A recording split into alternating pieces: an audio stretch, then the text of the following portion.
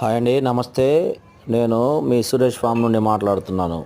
ఈరోజు గత వీడియోలో నేను మా బ్రీడింగ్ యూనిట్స్లో ఈ కోడి పెట్టలకి, కోడి పుంజులకి ఈ గూళ్ళు చేపిస్తున్నానని పెట్టానండి. అవి కంప్లీట్ అయిపోయి ఆల్రెడీ బ్రీడింగ్ యూనిట్లు సెటప్ చేశాను.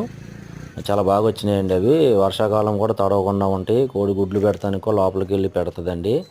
ఆ గుడ్లు కూడా జారిపోకుండా ఉంటాయి. లోపల గోని పట్టాలు వేసామండి. ఇప్పుడు చూడండి ఎంత చక్కగా వచ్చినాయో.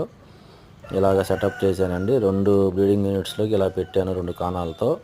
వెనకాల చక్కగా ఫ్రీగా బర్డ్స్ తిరగటానికి ప్లేస్ కూడా ఉంది.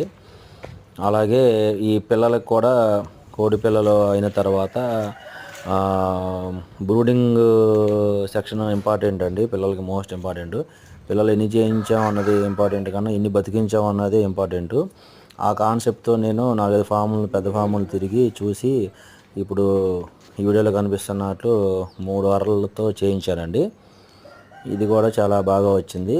దీనిలో ఒక 60 క్యాండీస్ ఎర్ర బల్బు పెడితే బాగుంటుంది.